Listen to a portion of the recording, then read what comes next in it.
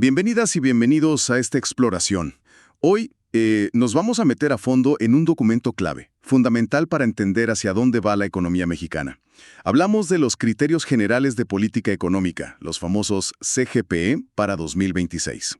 La base es el documento oficial, el CGP 2026.pdf.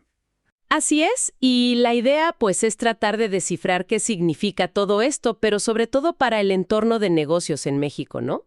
Exacto. ¿Qué proyecciones, qué políticas van a impactar más a las y los empresarios el próximo año? Eso es lo que queremos desempacar hoy. El documento, parte de una idea general de consolidar un modelo de desarrollo con bienestar y humanismo. Suena, digamos, aspiracional, crecimiento incluyente, sostenible.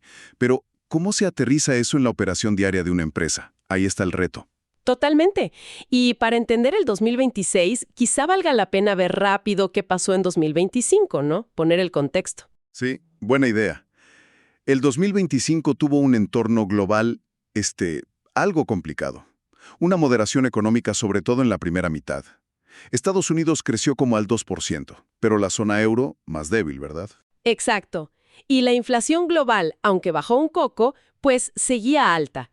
Mucha volatilidad en energéticos y la Fed, la Reserva Federal de EU, mantuvo sus tasas altas. Pero México, en medio de eso, como que aguantó bien. Mostró resiliencia, dice el documento. Sí, fíjate que sí. A pesar de esa incertidumbre global, la economía mexicana creció 0.9% en el primer semestre de 2025. ¿Y qué fue lo que impulsó eso? Principalmente la demanda interna, o sea, los ingresos de los trabajadores, los programas sociales que inyectaron recursos y un tipo de cambio que, se mantuvo competitivo. Incluso, un dato interesante, se alcanzó un máximo histórico de inversión extranjera directa, la IED, en ese periodo. Y se espera que la segunda mitad de 2025 siga más o menos por ahí. Y mencionas ingresos laborales. ¿El mercado de trabajo cómo se comportó? Porque eso es clave para el consumo. También mostró fortaleza. Los salarios del IMSS crecieron 3.4% real entre enero y julio, o sea, por arriba de la inflación. Y esto sin contar el efecto de las plataformas. Y el desempleo, pues cerca de mínimos históricos, 2.6% promedio en esos meses. La inflación general, por su parte, promedió 3.9% dentro del rango que buscaban CICO. Digamos que México navegó bien ese 2025. Ok, entonces ese es el punto de partida. Ahora sí, vámonos a 2026. ¿Qué dice el documento? La proyección de crecimiento del PIB está entre 1.8% y 2.8%. Un rango, moderado. Es un rango, sí. Y el impulso vendría, de nuevo, de la demanda interna principalmente, pero también se espera un entorno internacional, digamos, un poquito más favorable, menos incertidumbre comercial. Y dentro de la demanda interna, ¿cuáles son los pilares para 2026? Son dos principalmente, consumo privado e inversión. El consumo se apoyaría en que los salarios reales sigan mejorando, el empleo formal y también, muy importante, la expansión de programas sociales. ¿Cómo cuáles? Porque hubo anuncios importantes. Destacan dos nuevos o ampliados. Uno es la Pensión Mujeres Bienestar, que busca cubrir al 100% de mujeres entre 60 y 64 años. Y el otro es la beca Rita Cetina, que se amplía a primaria con una meta de beneficiar hasta 11.6 millones de estudiantes. Son transferencias directas. O sea, más dinero en el bolsillo de muchas familias. Exacto. Y hay otro elemento interesante que mencionan, el Sistema Nacional de Cuidados. Ah, sí. ¿Eso cómo impacta en la economía, en los negocios? Pues la idea es que, al socializar más las tareas de cuidado, se libere tiempo, sobre todo de las mujeres, para que puedan participar más en el mercado laboral. De hecho, estiman que el valor de ese trabajo no remunerado fue del 26.3% del PIB en 2023. Es muchísimo. Impresionante. Entonces, para un negocio, esto podría significar dos cosas. Por un lado, consumidores con más capacidad de compra y, por otro, potencialmente más talento disponible en el mercado laboral. Justo, esa es la doble vía. Ahora, el otro motor es la inversión. ¿Y ahí qué se espera? Porque la inversión ha tenido sus altibajos. Se espera una normalización. O sea, que la inversión privada, que a lo mejor estuvo más cauta en 2025, se recupere un poco conforme se disipe la incertidumbre comercial. Hablan de un compromiso empresarial para fortalecer la industria nacional. Y la inversión pública, esa seguirá muy enfocada en proyectos estratégicos. Como los trenes y carreteras que se han anunciado mucho. Sí, mencionan varios. El México-Querétaro, la conexión del AIFA a Pachuca, Saltillo-Nuevo Laredo, Querétaro-Irapuato. También carreteras como Ciudad Valles-Tampico, Saltillo-Monclova, modernización de autopistas, infraestructura hídrica y un programa grande de vivienda, el de Vivienda para el Bienestar, con una meta de 1.8 millones de acciones.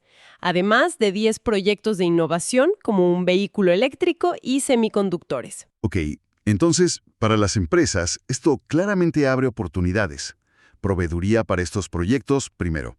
Y a mediano plazo, pues, mejoras en logística, las señales de buscar un clima de inversión más estable. Exacto. Y todo esto, digamos, lo envuelven en algo que llaman el Plan México. Ahí quería llegar. El Plan México. ¿Qué es exactamente? Suena como la estrategia central. Pues sí, así lo presentan. Es la estrategia para fortalecer la base productiva. Buscan atraer inversión, claro, pero también desarrollar capacidades locales, aumentar el contenido nacional en las cadenas. ¿Y cómo planean hacerlo? Con la infraestructura que ya mencionamos, con simplificación regulatoria, eso siempre se agradece, y con incentivos fiscales y financieros, aunque todavía no detallan mucho ahí. Y esto se liga directamente con el TEMEC, me imagino. Totalmente. Ven la posición de México como muy sólida gracias al tratado y a la integración con Norteamérica. De hecho, la revisión del TEMEC que viene en 2026 la plantean como una oportunidad, no como un riesgo. Eso es importante para la certidumbre. Entonces, el mensaje para los negocios es, atentos a las oportunidades de exportación, al flujo de inversión extranjera y sobre todo, a qué sale de esa revisión del TEMEC. ¿Podría haber ajustes? Sin duda. Hay que estar muy pendientes. Y fíjate, hay un recuadro que resalta la ventaja de México. Nuestra tasa arancelaria efectiva es baja, 4.7%, comparada con el promedio mundial de 9.7%. Y más importante, el 81% de lo que exportamos a Estados Unidos entra sin arancel, por el TEMEC u otras vías. Es una ventaja competitiva real. Muy claro. Y para cerrar este bloque macro, las cifras clave para el cierre de 2026. ¿Cuáles son las metas? Las principales. Inflación terminando el año en 3.0%. La tasa de interés de Banxico bajando a 6.0%. El tipo de cambio promedio en 18.9 pesos por dólar. El precio del petróleo mexicano en 54.9 dólares por barril. Y la producción de Pemex en 1.8 millones de barriles diarios. Esos son los supuestos base. Entendido. Ahora, pasemos a un tema que, toca directamente el bolsillo de las empresas. La política fiscal, la política hacendaria. Hablan de normalización gradual del déficit. ¿Qué significa eso? Pues buscan ir reduciendo el déficit público poco a poco. Los requerimientos financieros del sector público, los RFSP, que es la medida más amplia, los proyectan en 4.1% del PIB para 2026. Y la idea es mantener la deuda pública, medida por el saldo histórico de esos RFSP, estable, alrededor del 52.3% del PIB. Ok, ¿y cómo lograr ese balance? Apoyar la economía, pero cuidar las finanzas. Es el reto de siempre. La estrategia va por dos lados, ingresos y gasto. En ingresos, la apuesta fuerte sigue siendo cobrar mejor, ser más eficientes, combatir la evasión, usar más tecnología, modernizar aduanas. Pero, y aquí es donde hay cambios directos para muchos, también hay ajustes específicos en impuestos y derechos. A ver, ahí sé que poner atención. ¿Qué es lo más relevante de esos cambios? Mira, los podemos agrupar. Primero, los llamados impuestos saludables. Aquí viene un aumento fuerte a la cuota del IEPS a bebidas saborizadas. Sube a 3.08 pesos por litro y, ojo, incluye a las que usan endulzantes no calóricos. También hay ajustes importantes para tabacos. La tasa sobre el valor sube al 200% para los labrados y la cuota específica aumenta gradualmente hasta 2030. Meten explícitamente productos nuevos como las bolsas de nicotina y proponen dos impuestos nuevos, uno del 8% a servicios digitales de videojuegos violentos y otro que sube el impuesto a las apuestas al 50%. Uf, eso sí pega directo a esas industrias. Sin duda puede cambiar patrones de consumo. Varios puntos técnicos, pero importantes. Para bancos, por ejemplo, limitan la deducción de cuotas al IPVAP y homologan la deducción de créditos incobrables. Para plataformas digitales que intermedian venta de bienes, proponen tasas únicas de retención de ISR, 2.5% a personas físicas, como el Recico, 4% a morales y 20% si no tienen RFC. Ok, ¿y en IVA? También, sí, en IVA la retención sería 8% para personas morales con RFC, 16% sin RFC y 16% para residentes en el extranjero. Y un punto clave, obligan a las fintech a retener ISR e IVA. Sigue un programa de regularización fiscal para empresas con ingresos hasta 300 millones en 2024 y actualizan tasas como la de retención por intereses a 0.90% y los recargos a 1.38% mensual. Son bastantes ajustes de cumplimiento. Para bancos, plataformas, fintechs, significa adaptar procesos. La regularización es una ventana de oportunidad. En general, se ve que buscan cerrar huecos y tener más claridad. Exacto. Luego, hay un grupo de medidas enfocadas en competitividad y desarrollo. Aquí hablan de revisar el impuesto general de importación ligado al Plan México.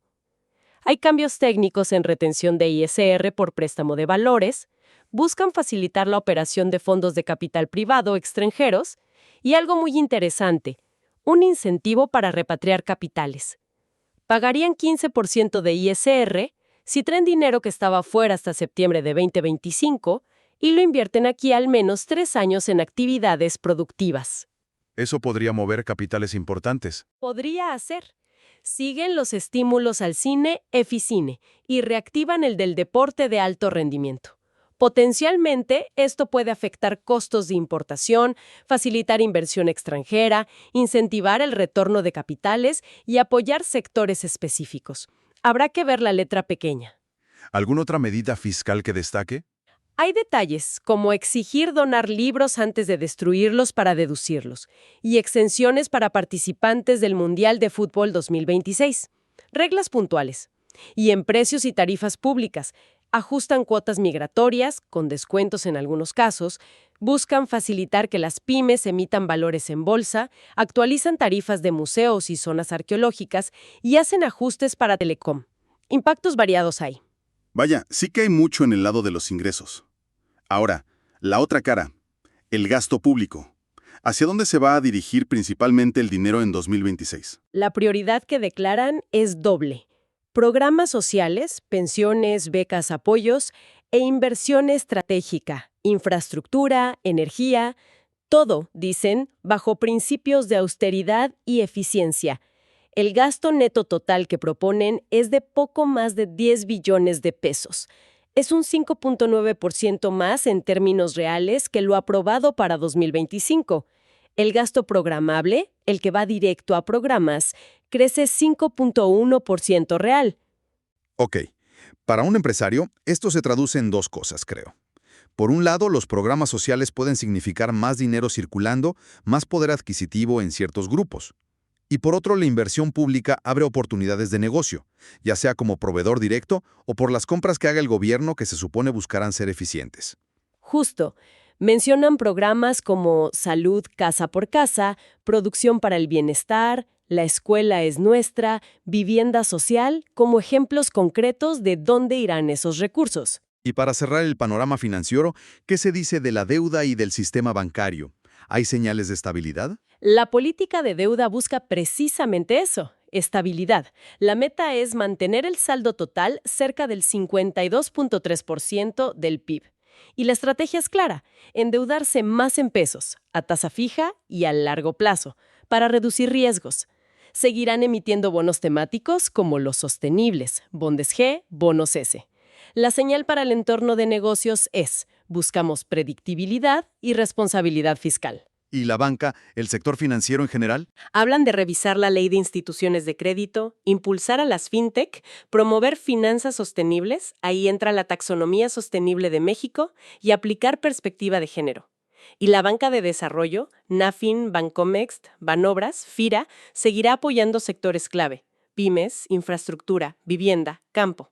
Sugiere un sistema estable, con financiamiento específico disponible y un ojo creciente en la sostenibilidad que puede ser relevante para acceder a capital. Claro, ningún plan es infalible. El propio documento identifica riesgos. ¿Qué podría salir mal? Sí, presentan un análisis de sensibilidad, sobre todo a corto plazo. Calculan, por ejemplo, que si el PIB crece medio punto más, recaudarían 29,000 millones de pesos adicionales. Si el precio del petróleo sube $1, ingresan casi 12,000 millones más. Pero por el contrario, si las tasas de interés suben un punto porcentual, el costo de la deuda aumenta en 34,000 millones. También señalan riesgos por tipo de cambio y producción petrolera. O sea, el plan es vulnerable a esas variables. Pero hay defensas. Sí, y también detallan los amortiguadores.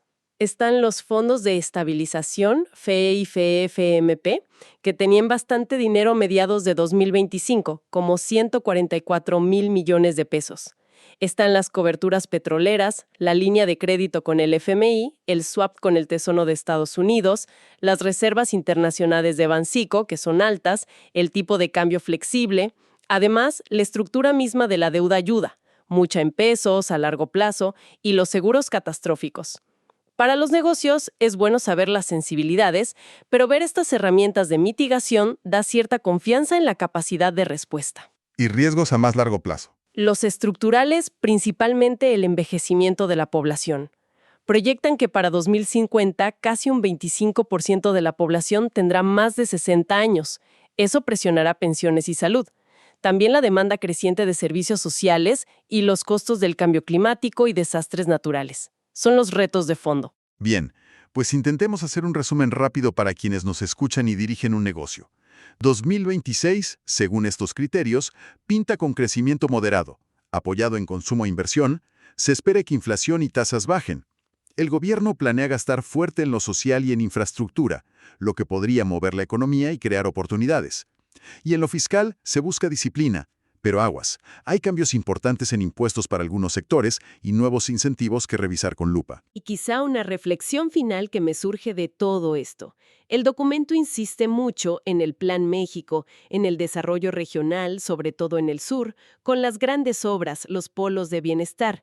La pregunta clave es, ¿cómo pueden las empresas chicas, medianas, grandes, de distintas regiones, ir más allá de ser solo proveedoras? ¿Cómo posicionarse estratégicamente para capitalizar de verdad estas nuevas dinámicas de inversión e infraestructura? ¿Cómo integrarse a ese nuevo mapa económico que se busca trazar? Es una excelente pregunta para la planeación estratégica de cualquier negocio. Y bueno, queremos comentar que todo este análisis detallado de los criterios generales de política económica 2026 fue realizado por el equipo de Cóctel Fiscal. Si quieren explorar más análisis como este, la invitación es a visitar coctelfiscal.com.mx. Muchas gracias por acompañarnos en esta exploración a fondo.